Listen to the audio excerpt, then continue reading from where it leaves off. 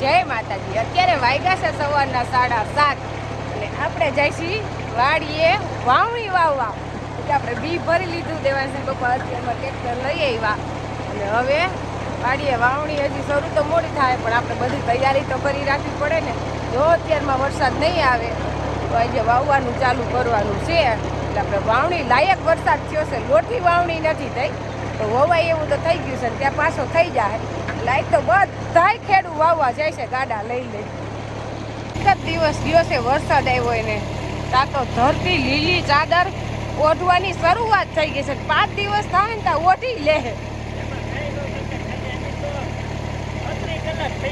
હા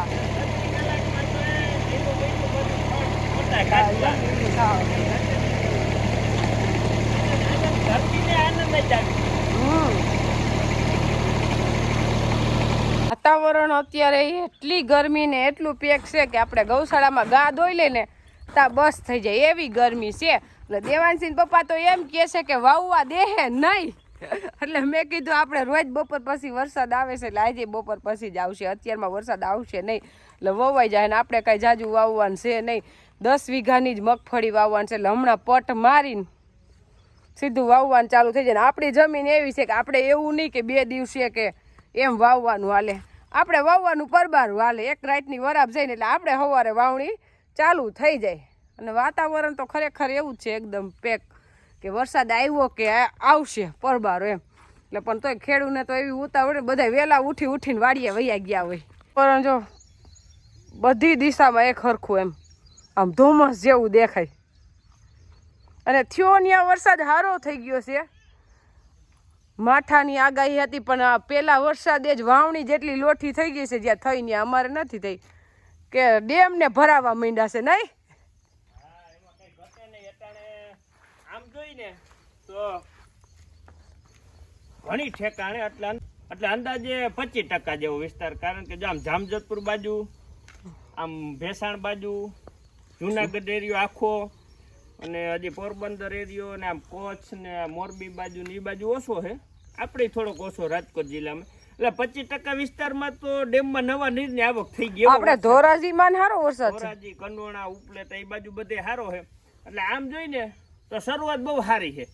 જે આપણે હવામાન ખાતું ને જે કઈ સંસ્થા આગાહી કરતી હતી કે અલ્નીનો ની અસર રહે, પણ હકીકતમાં એ સાચા હોય ખોટા ન હોય, પણ આપણા ભાગ સારા છે કે વરસાદ સારો થઈ ગયો એમ, એ કોઈ ખોટા નથી। પણ કુદરત ને દેવું હોય ને, કુદરત પાસે કોઈનું હાલતું નથી ને હાલવાનું નથી, તોય થોડુંક એનો અસર હોય, નકર તો સાર્વત્રિક પરબારો થઈ જાય। પણ તોય જો આસકે આવે એ કઈ નથી થતું। એ તો હું બા કઈ કહેતા હતા ગધેડાનું વાહન છે એટલે એમ જ થાય। આ નક્ષત્ર હાલે છે ને એ ગધેડાનું વાહન લઈને હાલે છે, એટલે હવે ધીમે ધીમે 2 દીમાં લગભગ બધે વારો આવી જાય એટલે વાંધો નહીં આવે, માતાની દયા। હા વાવા મંડી, બીજી કઈ વાત નહીં।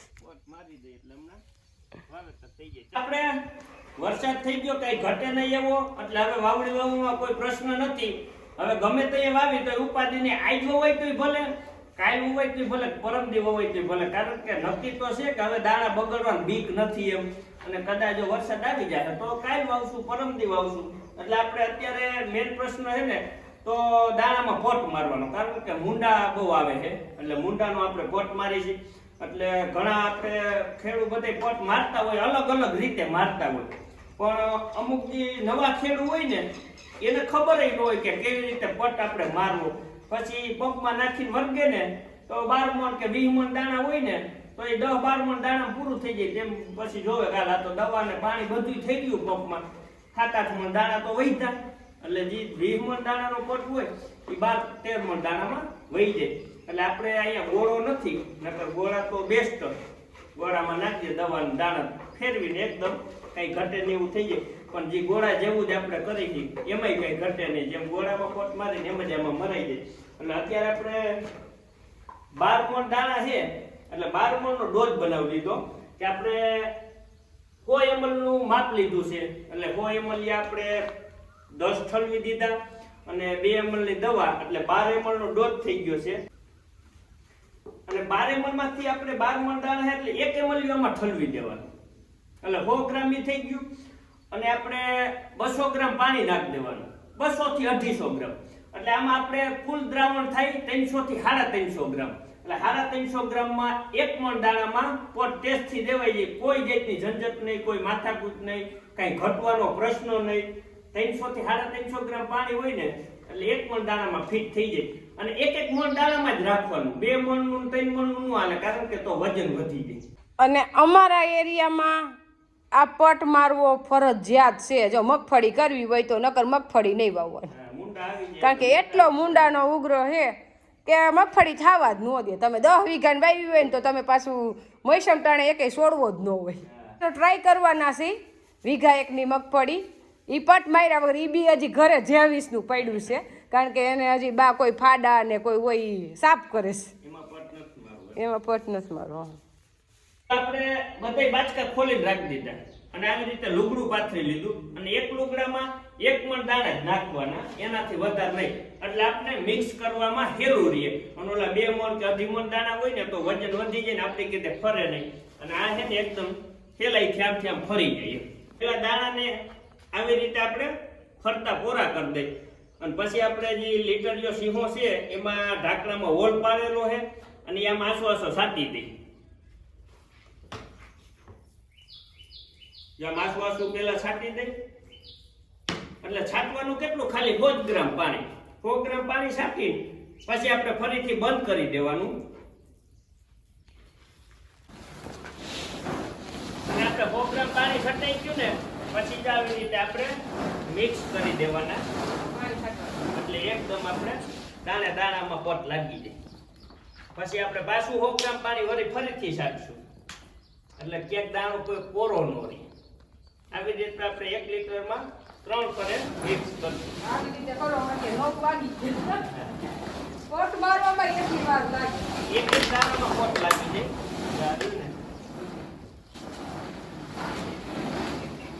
જો હવે પાછું આપણે 3 થી 4 ફરે આવી રીતે અલગ અલગ જગ્યાએ પાણી નાખ્યા રાખીને હલાવ્યા રાખી એટલે એક દાણામાં આપણી દવાનો પોટ લાગી જાય. એક દાણો કોરો ન રહે. અત્યારે નીરજ રાખીને પટ વારવામાં તો મુંડાને આવા પણ ન હોય.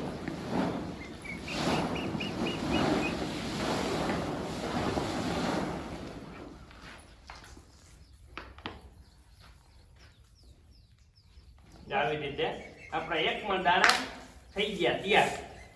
અને જેમ આપણે ગોળામાં આપીને એ જ રીતનો પોટ લાગે, એમાં કાંઈ એટલે કાંઈ ફેર ન પડે.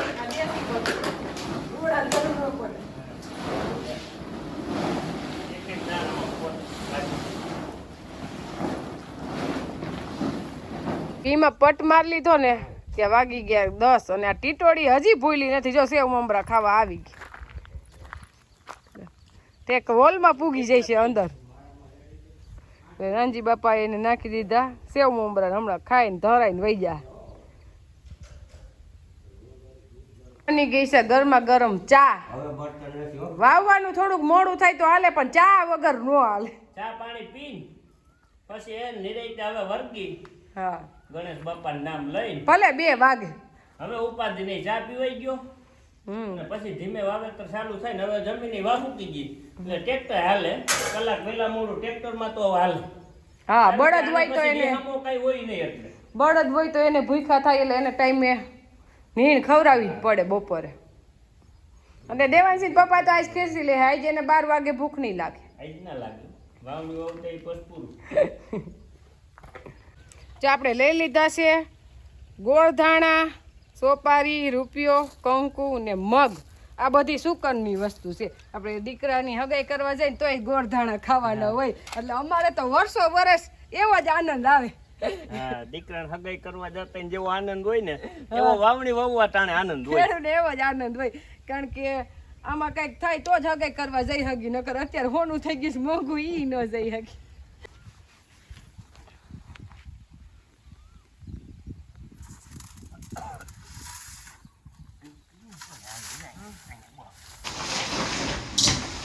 વક્રતુંડ મહાકાર્ય સૂર્યકોટિ સુપ્રભાત નિર્વિઘ્નમ કુર્મ દેવો સર્વ કાર્યસુ સર્વદા.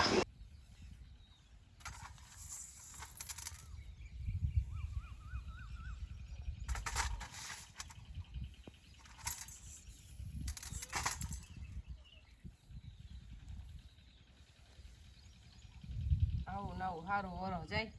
હા.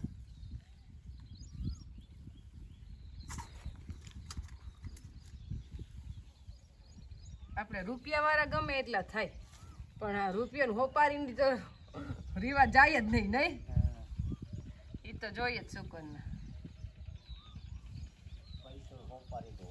હોય જ તે રાખ્યા જ છે જો આપણે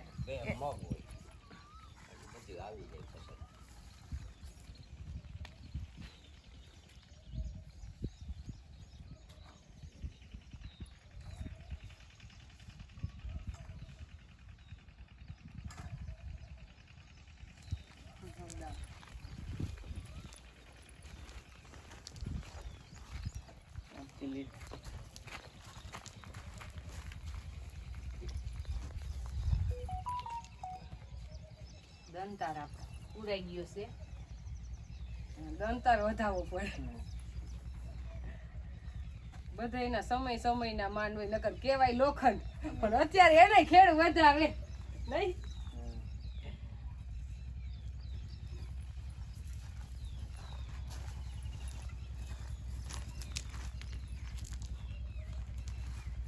હવે દંતાર હાલશે છે ને ઢગી દેવાનસિંહ પપ્પાથી કરી દો નાનજી બાપાને ચાંદલો ગણેશ બાપા હવે લઈ લે ગોળથા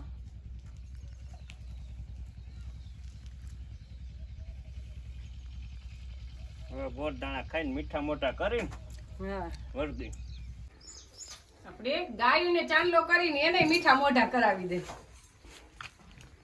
ગમતી ગોળથાણા ગાયુંને ખવડાવી દે અને આપણે ગાયુંથી આપણું શરૂઆત કરીને વાવણીની ગાય માતા છે મીઠું મોઢું કરાવી હવે રાધા રહી જાય ઈ નો હાલે ને ઈ જોવે છે નાને તો ખાવ જ છે ગોળ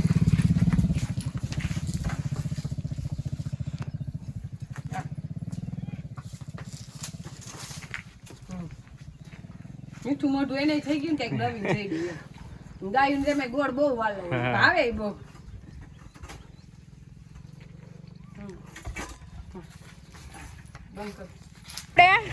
દંતાર મૂકશે હર હર મહાદેવ હર ભોળિયાનાથનું નામ લઈને આખું વરસ ક્યાંય અટકે નહીં અને વાવવામાં તો આપણે નથી આપણે બનાવવાના છે દંતારિયા લાડવા ચૂરમાના કારણ કે બ્રાહ્મણને લાડવા વગરનું નકામું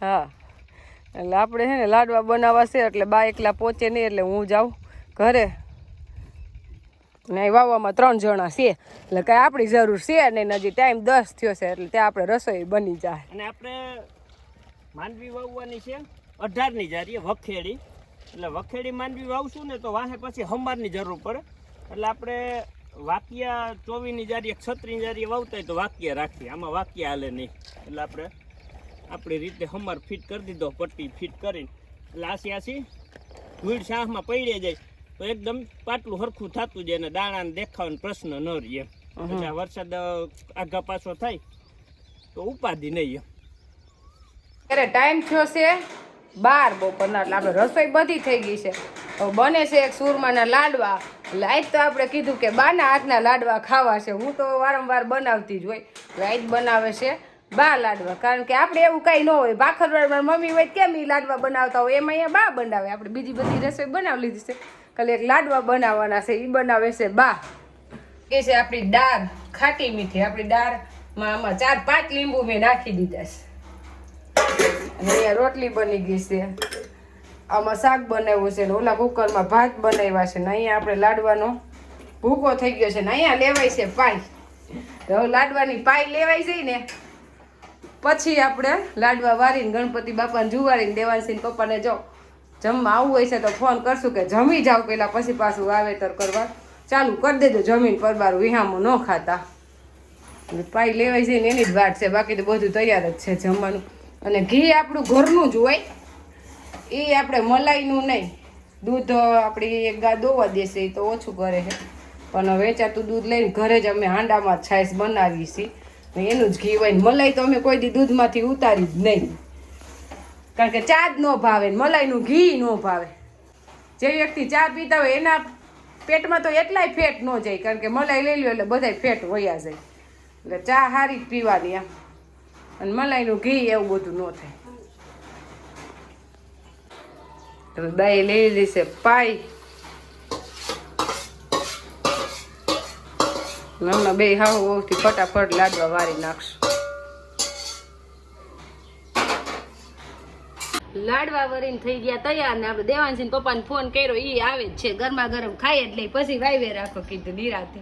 આપણે 10:30 વાગ્યા ઢોકળું વાવેતર ચાલુ કરી દીધું અને કાંઈ ઘટે નહીં ને એવું વાવવાનું ચાલુ થઈ ગયું હતું. અને વાગી ગયા બપોરના 1, એટલે આપણે કીધું હવે આમાંય કીધું 1 વાગ્યે ખાવું અને 3 વાગ્યે ખાવું. કીધું હવે ખૂટે એમ તો છે નહીં, એટલે કીધું હવે નાનજી બાપાને કીધું ખાઈ પીને પછી વર્ગી. 1 વાગ્યે આપણે ખાવા ગયા અને 1:30 વાગ્યે પાછા વર્ગી ગયા, અડધી કલાક જ ખોટી થયા. પાછા આવીને આપણે 4 ઉથલ વૈરા ને ત્યાં વરસાદ આવી ગયો, એટલે અત્યારે આપણું વાવેતર થઈ ગયું બંધ.